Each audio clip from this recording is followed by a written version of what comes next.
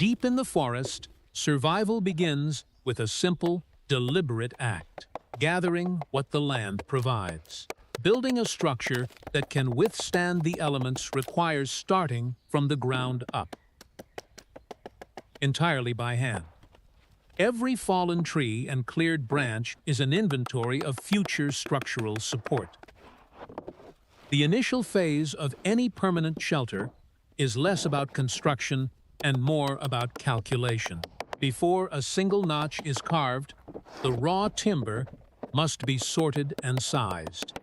Working with unprocessed wood demands an understanding of moisture content and grain direction. Freshly felled logs carry immense water weight, making them difficult to maneuver but easier to cut. As they dry, the fibers shrink and lock together, adding rigidity to the final frame. Pacing is critical in these early hours. The body must adjust to the heavy, repetitive demands of wilderness carpentry.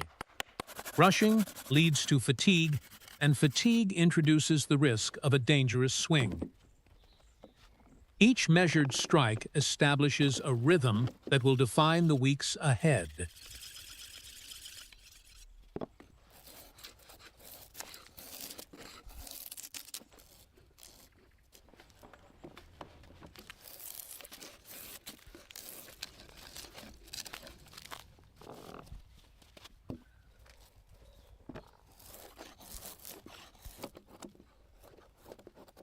Transforming round timber into flush, load-bearing joints requires stripping away the irregular outer bark.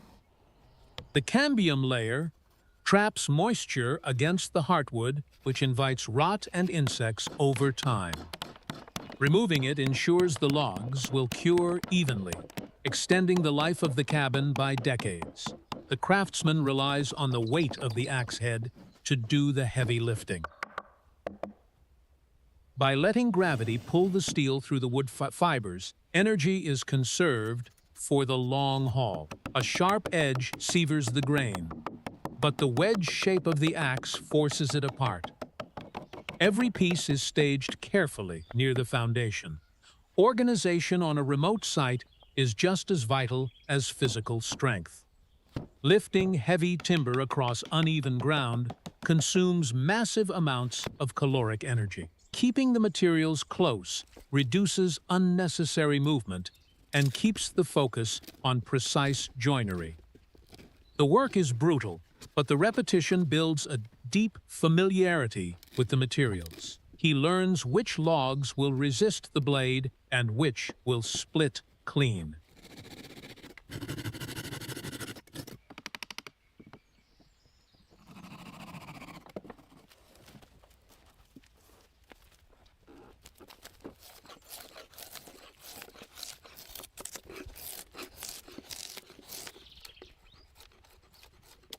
The structural integrity of a log cabin relies entirely on its corners. Here, a traditional saddle notch is carefully shaped using a smaller hand axe. This curved profile matches the exact diameter of the log that will sit above it. A tight fit prevents lateral shifting and minimizes the gaps that cold air can penetrate.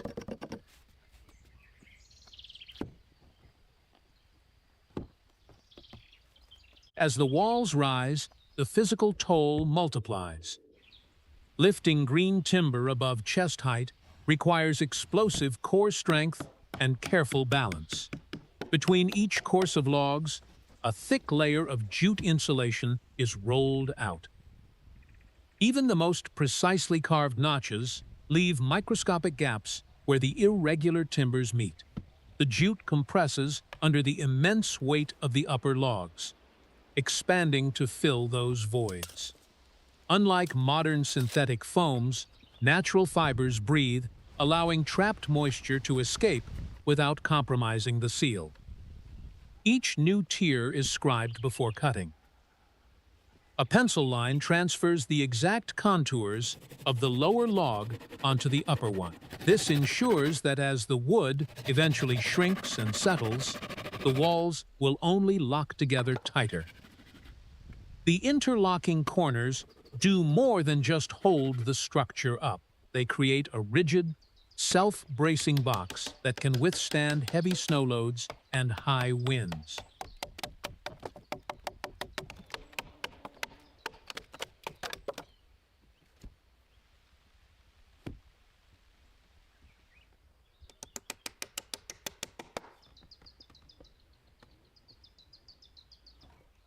Transitioning to the roof introduces a new level of complexity. The structural geometry shifts from heavy, stacked, horizontal mass to engineered vertical angles. A steep roof pitch is crucial in forest environments. It actively sheds heavy snowfall and prevents debris from accumulating, which would hold moisture against the wood. Using a speed square guarantees that every rafter is cut at the exact same angle. Consistency here is non-negotiable. Even a variation of a few degrees will cause a visible sag in the roofline. More importantly, uneven rafters distribute weight poorly, creating dangerous pressure points. Secured with heavy nails, the rafter pairs form a series of rigid triangles. The triangle is the strongest shape in architecture. It directs the downward force of gravity outward and evenly into the load-bearing log walls. The frame is now locked, ready to take on a skin.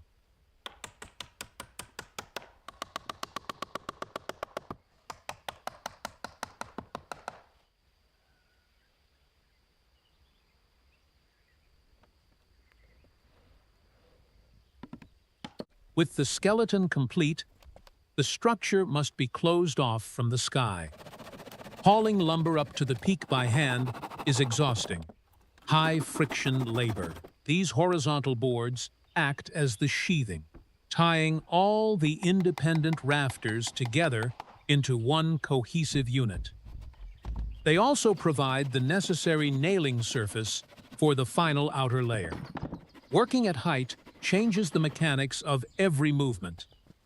Balance becomes the primary focus, limiting the power that can be put into a hammer swing. Sawing overhead from the inside is awkward, but sometimes necessary to trim flush edges in tight spaces. Every board added darkens the interior, transforming an open frame into a genuine shelter.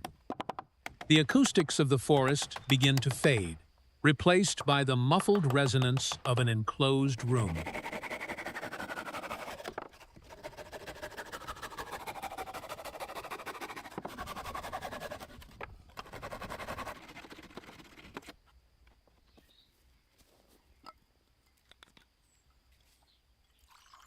Wooden shingles are one of the oldest and most reliable roofing systems. They are installed from the bottom edge upward, carefully overlapping each preceding layer. This staggered pattern relies entirely on gravity to guide rainwater down and away from the cabin. If the staggering is misaligned, water will find a seam and rot the roof from the inside. Where two roof pitches meet, they form a valley. Valleys are the most vulnerable points on any building, acting as natural funnels for massive volumes of runoff. To prevent leaks, a heavy, impermeable membrane is laid directly into the crease before any shingles are applied. This continuous black flashing acts as a gutter, catching whatever water manages to slip beneath the outer wood. It is a modern material solution applied to a very traditional problem.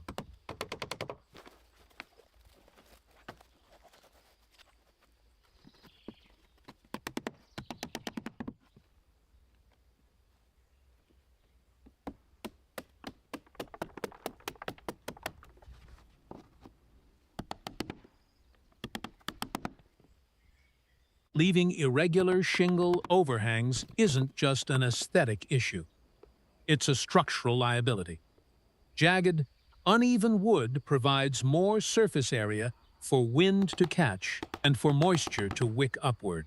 The axe and hand saw make quick work of the overhang, trimming the edge perfectly flush, creates a sharp drip line. Water is forced to drop cleanly away from the eaves, protecting the vulnerable exterior log walls below.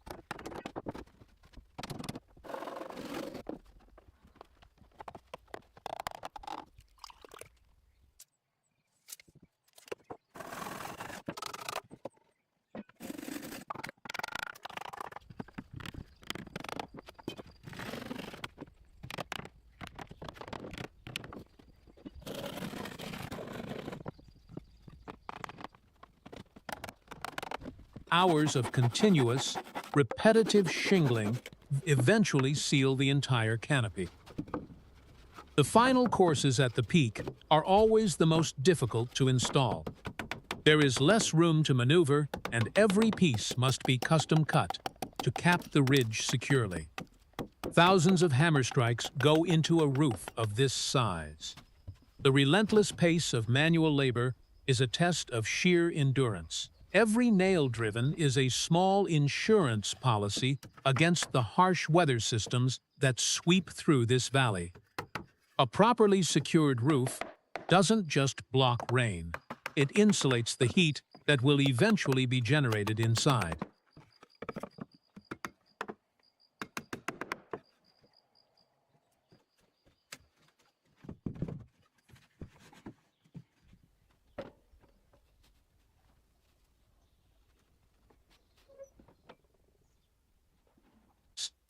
With the primary structure weatherproof, attention turns to the exterior transition zones.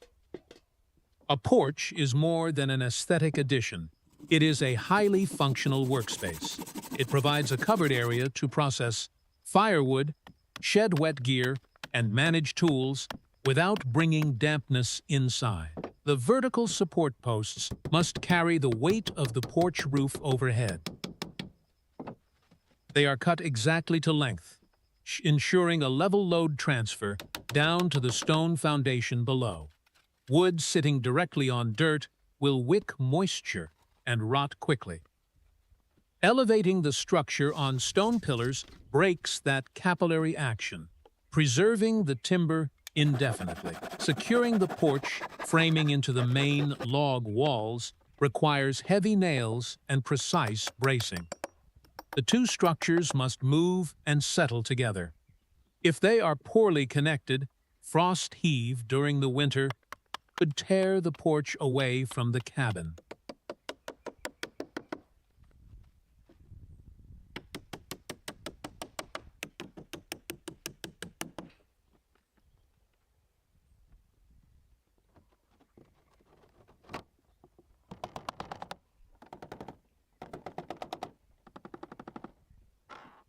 Inside, the final framing adjustments are made.